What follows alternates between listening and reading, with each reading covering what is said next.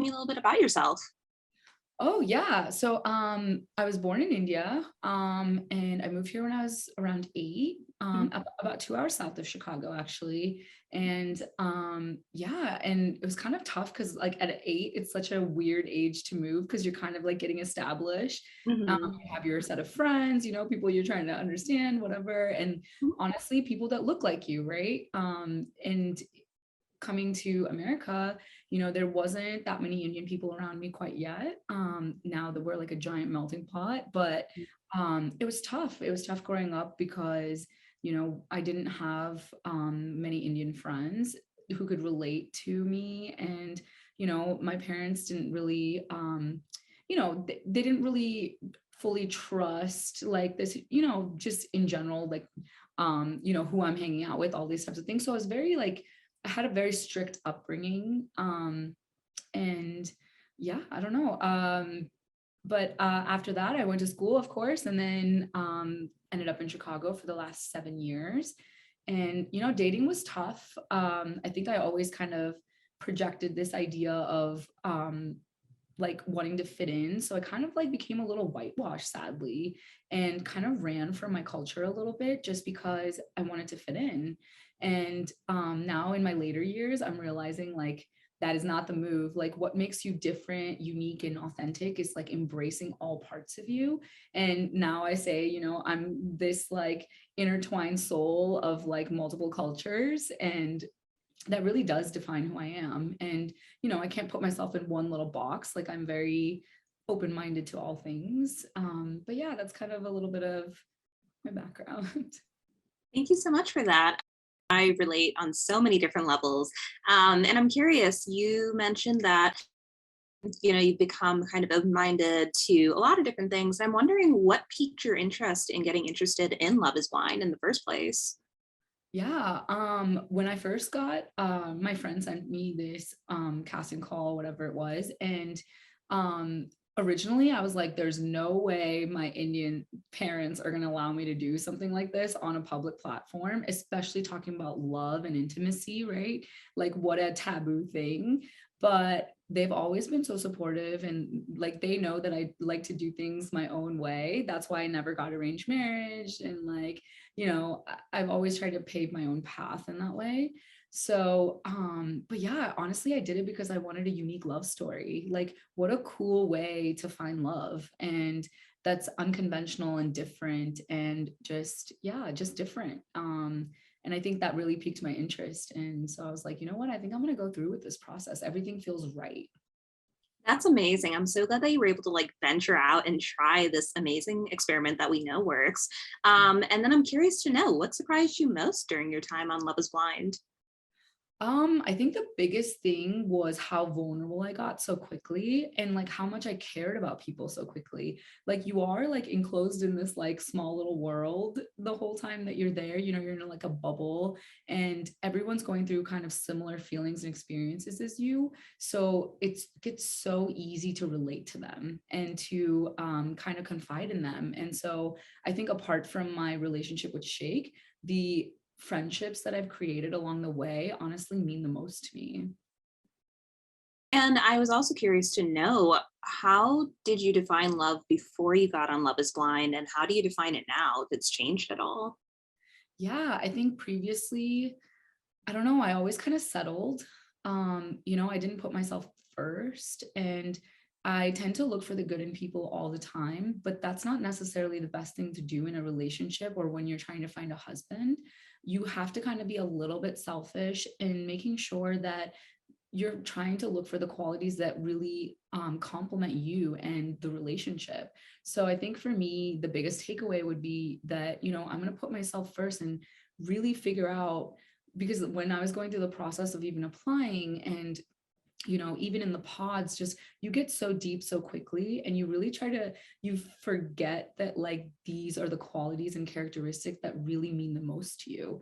And so yeah, when I'm like in my future relationships, I think I'm going to really put those values and those characteristics as something that I strive for, or like I'm looking for in a partner, put them as priority versus oh, like how happy can I make this person, or look like at how good they are, but like there's other flaws that I'm willing to just kind of like overlook, you know what I mean? So yeah, I Mhm. think just approaching it in a way of being a little bit more selfish.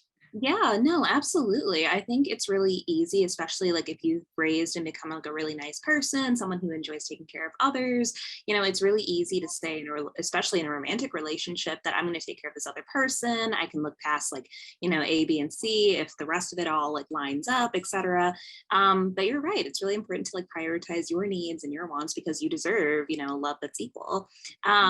And I also feel like you kind of know what my questions already are. Because I was actually going to ask you if you feel like you've always been able to prioritize or choose yourself, or has it taken kind of time and work to get there? Yeah, absolutely. My favorite quote ever from Just Sims is, I'm a work in progress, but a masterpiece at the same time. And that really resonates with me. I love it so much because I'm constantly trying to work on myself and see things from a different perspective. And I think, yeah, my biggest takeaway is like, I'm such a giver, but I need to look for somebody who's also just as giving. Otherwise it's such a one-sided relationship, and it's going to fizzle out very quickly.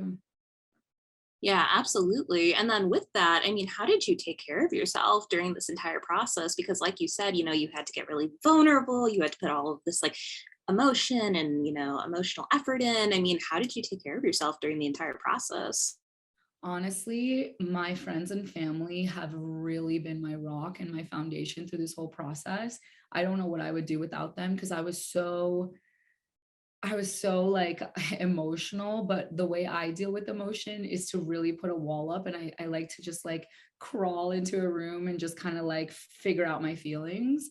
And sometimes that's not healthy. Like you should be able to kind of vocalize it and talk to your partner about it. And I was just kind of scared to go there, and I'm not sure why, but I just didn't want to like scare them away, or I don't know, just be a burden emotionally to others, because I feel like I take on that role usually with my friends and family. And so in this situation it was so intense that the roles were reversed, and really having my sister-in-law, my brother, because they're kind of my age, so they can relate and understand on a deeper level.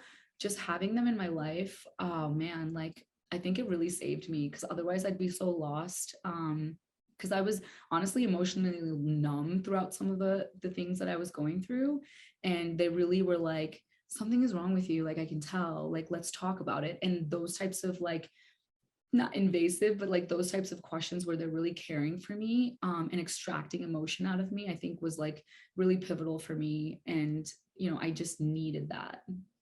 Yeah, absolutely. I think in a process like this, just from what we know as like the viewer's perspective, the social support circle is so important so that you have, like you said, that rock and that stability. And also I feel like as South Asian women, we're not necessarily taught or modeled towards as how to like talk about our feelings and express our emotions, and how important it is to be able to, like you said, talk about our feelings and emotions with our partners or our friends, etc. So again, I think so much of what you said is valid. And then I'm wondering too, I mean, how do you feel like you grew this entire process from when you applied all the way until like today? Yeah, I think honestly, I've actually like lost a lot of weight and things like that. So I came from a place, like even in childhood, right? Like I came from a place of very low self-esteem and low confidence. And in the last like 3, 4 years, I've really like put a lot of effort into growing and loving myself. And so coming into the process, I was so confident, and like I knew my worth, I knew what I deserved. And like I was looking for my person because I was finally ready, right? Because I'm in a good place where you love yourself that much, you're ready to give and exude love to your partner as well. So I knew I was ready for the experience. And sadly, like going through the process, like Shake was very vocal about the superficial things and what he's looking for in a partner. And I didn't fit that criteria at all, right? But and so my confidence was shaken during the experience. And sometimes I found myself thinking like, why am I not worth it? Or why does he not see my worth, essentially, right? And so it was hard going through it and like constantly working on myself to remind myself, wait, this is a projection, it's not you. But in the moments of it, when this is the closest person to you, it's hard to hear from them, right? That this is the case. So yeah, I think for me, it was tough throughout the process. But again, towards the end, because of my family and friends and them constantly reminding me, like, don't forget all of the work that you did on yourself. Don't forget how dope of a person you are. Like, I really needed their support. And I know I started reminding myself, like, wait, like I'm badass. Like, you know what? Screw what Shake thinks of me. And you know, his mentality is not, it shouldn't be projected onto me. And so yeah, I think towards the end there, I gained it all back.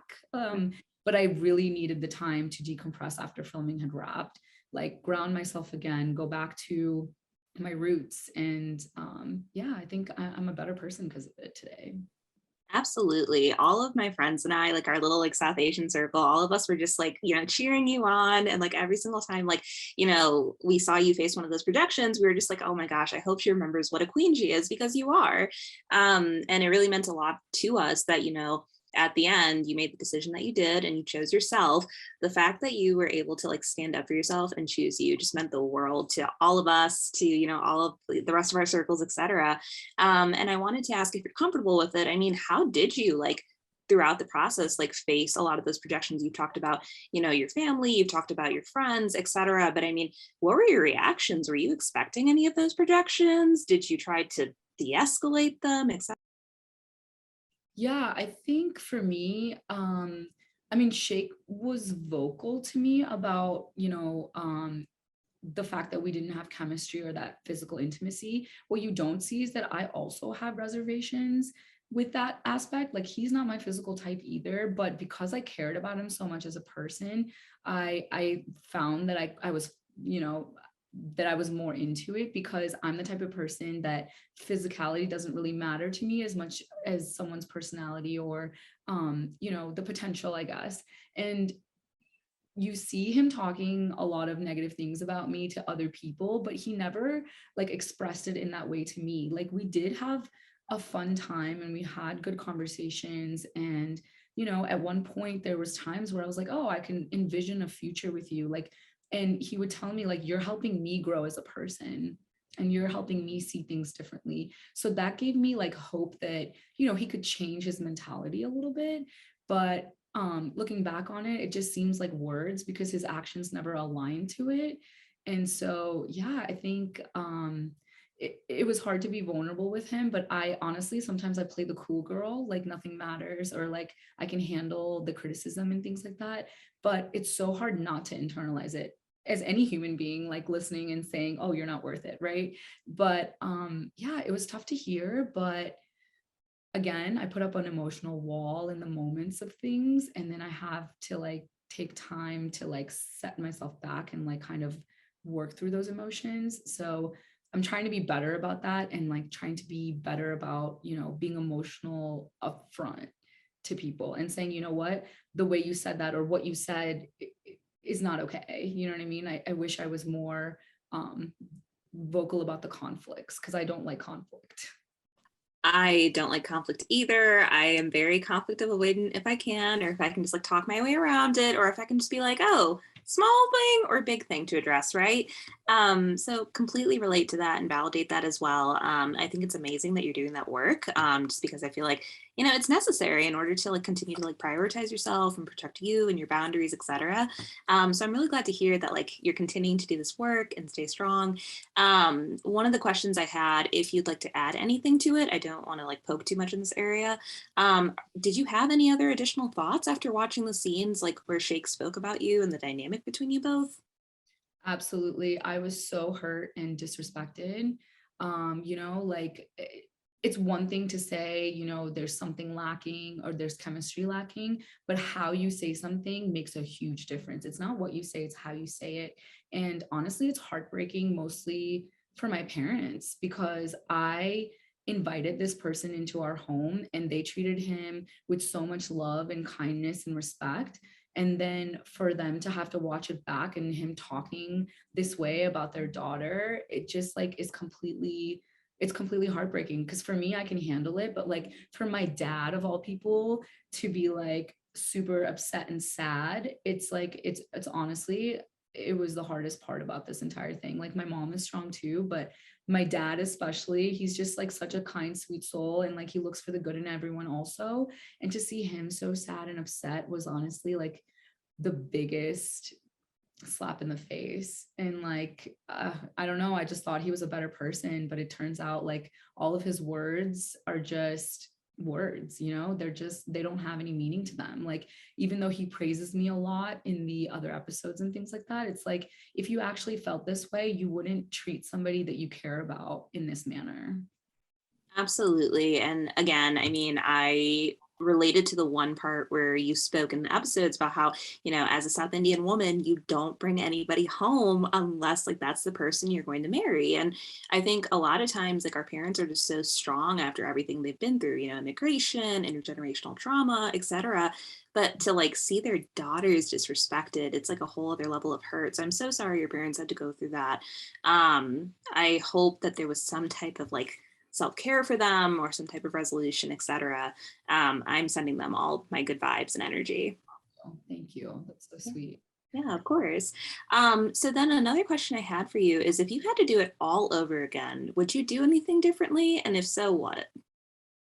Yeah, I think you know, in the back of my mind when I did see some red flags with Shake, and I think, you know, I saw the potential of him changing, but I completely forgot how hard it is to change. You know, it takes so much time to change your behaviors. It's easy in the moment to be like, oh yeah, like I see how I could be different in that way, but to actually physically change, especially a mentality that's been wired a certain way for what, 33 years, he's 33 years old, to completely change that mentality, it takes so much time. And I think I was naive to think that it would happen quickly, especially in the small time frame that we had to get married. So I think, you know, I wish I explored some of the other pod connections that I had more.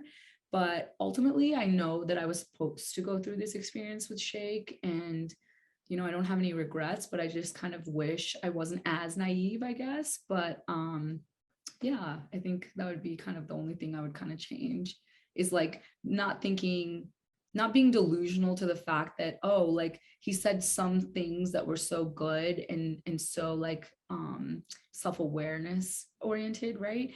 And you know, I think I just jumped on it because those are the words I wanted to hear, but I forgot that like actions have to align with words. And you know, yeah, I think I was kind of blinded. Yeah, and I mean it's so common like across I think so many people's like experiences when it comes to dating and relationships, etc. Especially because a lot of times those words related to like self-awareness, etc., kind of trigger our brains to say, "Hey, I think this person has the potential to change," and that's better than them not being able to change at all. So we take that chance. But it sounds like going through this entire experience again, you've just grown so much, you've learned so much about yourself, you've like put in so much priority towards yourself, which is just wonderful to hear. Oh yeah, absolutely. I've changed so much, and I've learned so much from this experience. So, you know, I can't say it's all a fail. So, So then I'm wondering, to all of us like South Indian, South Asian, Indian girls who are out here trying to like, figure out relationships and romance, etc., what advice do you have for us in the South Asian diaspora who are looking for love? yeah, I would say, you know, just authentically be yourself. Don't try to run away from your identity or who you are as a person. And honestly, I'm not the poster child for all South Asians or like Indian women in general, because I know that I have a lot of flaws too that I'm constantly working on. And yeah, like don't put yourself in a box. Like, you know, be open to exploring different perspectives, and yeah, just continue to be authentic. Are there any experiences or, I don't know, like pathways that you would suggest for that kind of adventure for girls who maybe don't know where to start on that adventure of self discovery? Yes, actually, one amazing thing that I've been doing lately is journaling, and self-care books are huge. Meditation, like, and physical activity, like working out and things like that, they really bring clarity to kind of what you're looking for, I guess, in a weird way, because when you're sitting down in a moment of silence, like the thoughts that you have and the feelings that you get are so like authentic and real, and like I think they really can help you frame what you're looking for, and to kind of drive you in the right path essentially. From a dating perspective, honestly, I don't know if my dating advice would be as like applicable to everyone else, because not everyone wants to go the unconventional way of trying to find someone. Like for me, I just really wanted a unique way, like to find my partner. But after this experience, I don't think I could ever like go on a dating app, or no Bill Mills for me. Like that's not going to work out. But I would say if that's an avenue for them, take that chance. So essentially, like I can't speak to every single person, because every single person's journey is unique to themselves and they need to figure out what works for them. I love how you said all of that. That's amazing advice, I think. And I just think it's really important to like define like what you want, but also like continue to like keep defining yourself essentially as you're doing. Um, Aside from that, those were pretty much all major points. Anything else you want to add for, Brown Girl Magazine or anything else you'd like to put out there? Yeah, I mean, I just want to say, like, there's been a couple messages here and there of saying how I'm like kind of disrespecting the Indian culture, or like, things along that line. And, I just want to say, like, I am not solely responsible for representing every single, community, but I do want to make my community proud to say, like, oh, this is a good person and she's trying to figure it out. But I am really like an intertwined soul of different cultures. And I think that's what makes us beautiful, because we are no longer in India. We're here and we see other people's perspectives, and we have to integrate that into our lives. And like I'm not a perfect Indian girl, but like I'm trying to be a perfect version of just myself. So Yeah, absolutely. And I actually, you just made me think of another question.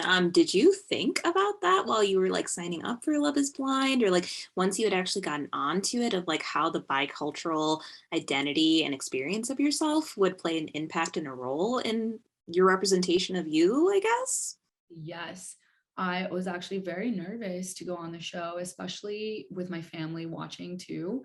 And all the Indian community, you know how it is. You don't talk about sex, you don't talk about intimacy, you don't outwardly like kiss on, let alone on camera, right? Like how scary is that? But I wanted to take that leap of faith, and I wanted to do that because I was like, you know what? It's okay. It's okay if you want to marry someone outside of your race. It's okay to talk about sex. It's okay to talk about intimacy. These are big parts of our lives, and to keep them hidden is not going to do anyone any good, right? Like I've never even seen my parents kiss. So, and that's like so normal in the Indian community. And yeah, I don't know, I think for me it was really hard, because I didn't want to go on there and disappoint anyone. But I knew that like just being myself and being authentic and just like showing this version of me, and that I am Indian and I am this way, and that's okay. And I hope other brown girls, whatever, can relate to that and say, okay, like I can step out and be this person too. Yeah, absolutely. I feel like, so many times, like you're just throughout the show when you're speaking to your experience or a different part, I feel like a lot of times you're referring to the fact that you're doing your best, be authentic, be true to yourself, your values. And I think that's so powerful because, how often do brown women, brown girls, South Asian women, etc., how often do we get to choose ourselves and prioritize ourselves or give ourselves the value that we deserve, Yeah.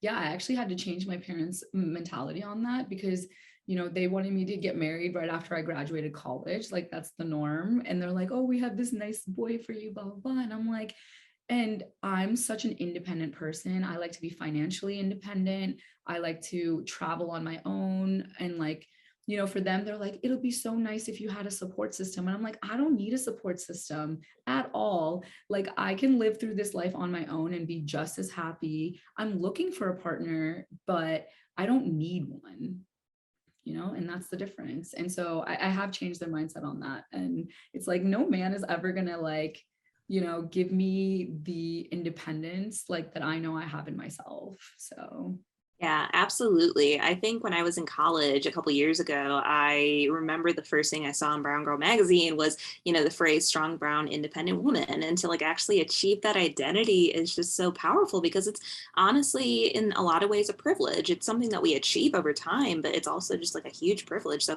I love how you said that. yeah, yeah, absolutely. And age doesn't matter. Like it's okay to be married at like 31 or 32. Like it's okay. You're gonna be fine. Absolutely. Like as long as at the end of the day, like you're happy with yourself, you're happy where you've come from and where you're at in life. I think those are like the most important things that need to continue to be emphasized like across the South Asian diaspora. Absolutely. Yeah, yeah, I completely agree with you. Yeah.